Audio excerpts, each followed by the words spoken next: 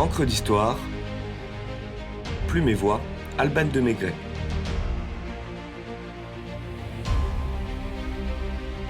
La Statue de la Liberté, un symbole universel made in France.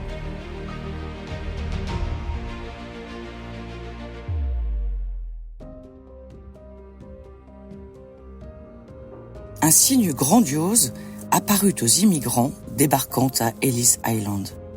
Une femme. Un drap l'enveloppe.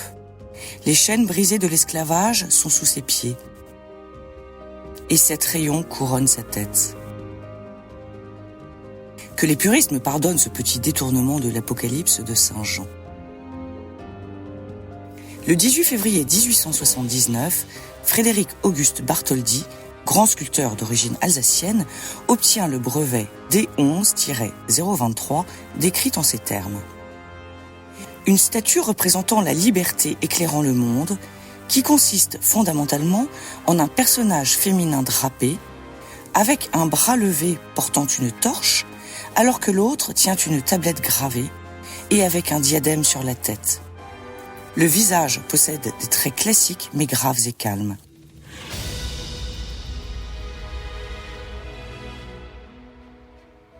Le comité de l'Union franco-américaine, créé en 1875, désire matérialiser l'amitié historique entre les deux pays, surtout après les tensions nées de la prise de position américaine en faveur de la Prusse au cours de la guerre de 1870. Le choix se porte sur la création d'une sculpture monumentale dont la réalisation revient à la France et que la ville de New York accueillera.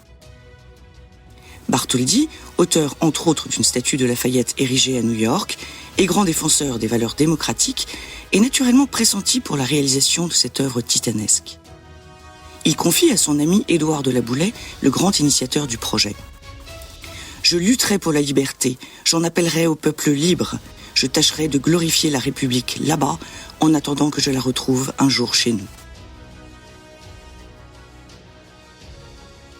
Le sculpteur fait appel à l'ingénieur Eugène Viollet-le-Duc pour le choix du cuivre. À sa mort, il est remplacé par Gustave Eiffel, qui réalise l'une des formidables prouesses techniques du XIXe siècle avec ses charpentes métalliques. Ensemble, ces hommes créent la statue la plus colossale jamais réalisée, haute de 46 mètres, 92 avec le piédestal, et lourde de 125 tonnes d'acier et 31 de cuivre. Son visage est celui de la déesse romaine Libertas, fils de Jupiter et de Junon. Ses dimensions impressionnantes visaient à surpasser celles du colosse de Rhodes, la 6e des 7 merveilles du monde antique. Il faut dire que la statuomanie est en vogue depuis la monarchie de Juillet. Quant à Bartholdi, il multiplie les projets en la matière, tant les colosses de Memnon l'ont impressionné au cours de son voyage en Égypte. Son choix pour ériger Lady Liberty se porte sur Bellows Island, futur Liberty Island, au sud de Manhattan, à l'entrée du port de Big Apple et faisant face à la vieille Europe. Si l'on en croit le récit fictif amusé et amusant de Jacques Offenbach, dans Notes d'un musicien en voyage, les travaux pour les fondations du socle ne furent pas si simples pour le sculpteur. Je cite.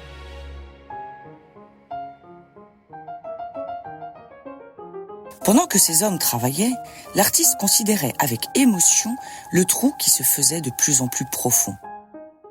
Suivant le fil de sa pensée, il voyait dans ses premiers coups de pioche le point de départ du monument grandiose auquel son nom serait éternellement attaché. Il en était là de ses rêves quand il sentit une main qui le frappait sur l'épaule. Le sculpteur se retourne et se trouve en présence d'un policeman. « Que faites-vous là ?» lui demande gracieusement l'agent de la loi. « Je fais creuser les fondations de la liberté éclairant le monde. » « Qui est-ce qui vous a donné la liberté de faire ce trou ? » ?»« Mais c'est... Vous ne savez pas qui ? » ?»« Pardon, c'est l'Amérique. L'Amérique qui m'a commandé une statue. Je cherchais un endroit convenable pour élever mon monument. Celui-ci est merveilleux. Ce que vous me dites m'intéresse beaucoup, mais malgré toutes les libertés dont on jouit en Amérique, apprenez, monsieur, qu'on n'a pas celle de faire un trou aussi considérable sans autorisation. Veuillez donc, s'il vous plaît, me suivre chez le maire. Fin de citation.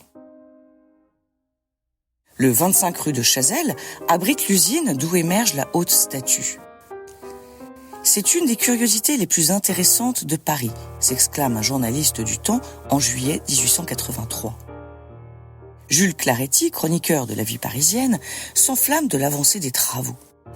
La tête est achevée, le bras droit est fini, à mi-corps, la liberté est sortie de terre, et l'été dernier, 25 convives ont pu tenir à l'aise et déjeuner dans son mollet droit.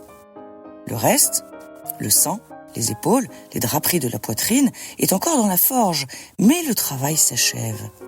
Des doigts gigantesques, des indesques de près de 2,5 mètres sont là, tout fondus contre la muraille. On se croirait au pays de quelques féeries, dans l'usine où des nains fabriqueraient un géant de métal.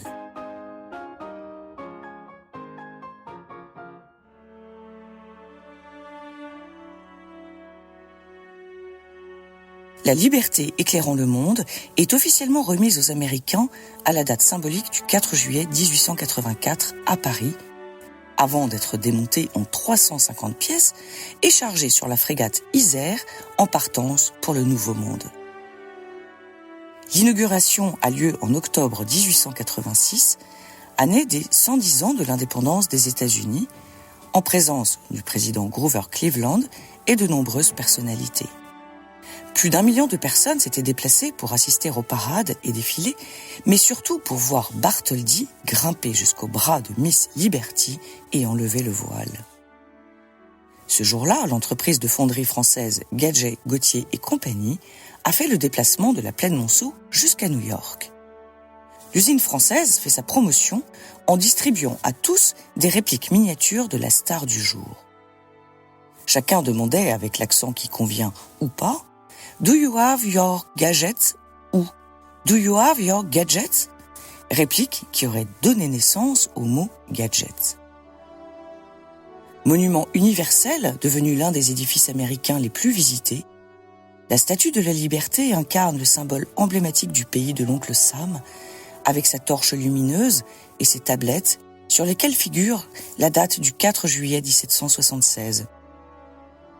Tournée vers l'océan Atlantique, et donc vers la France, elle fait face à sa réplique du pont de Grenelle, inauguré en 1889.